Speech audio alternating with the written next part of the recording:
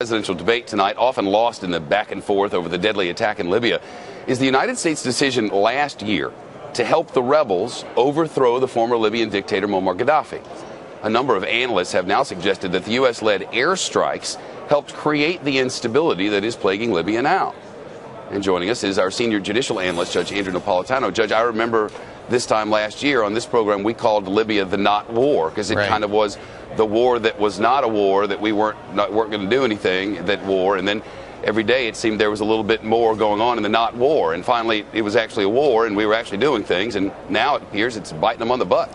It sure is, Chip, and you may recall that the president announced while the Congress was on spring break that he had decided to participate in the bombing of Libya, and, quote, there wouldn't be any boots on the ground.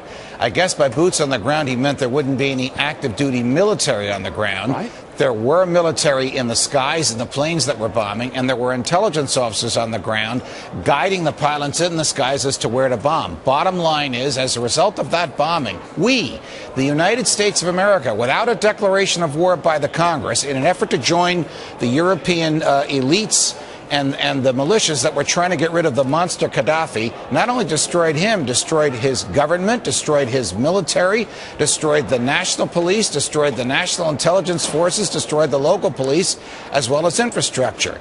Is it any wonder, some of us have argued, Shep, that the so-called rule of law in Libya is now the rule of roving gangs of militias, at least one of which killed our ambassador and his likely intelligence agency colleagues? This sounds like the blame America sort of policy that I don't know, that you don't normally want hung on your own neck.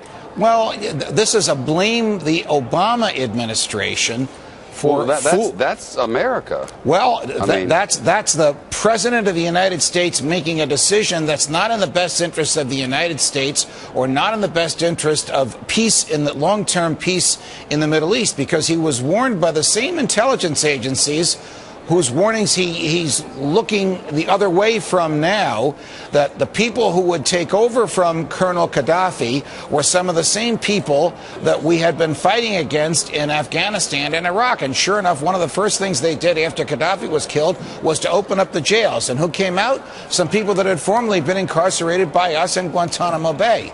So this is a mess that the president has created that, unfortunately for him, 2 weeks from Election Day, seems to be getting worse the more we learn about it. An interesting take on that, Judge Napolitano. Thanks. We'd like your feedback on that. If you like, go to one of our feedback forums.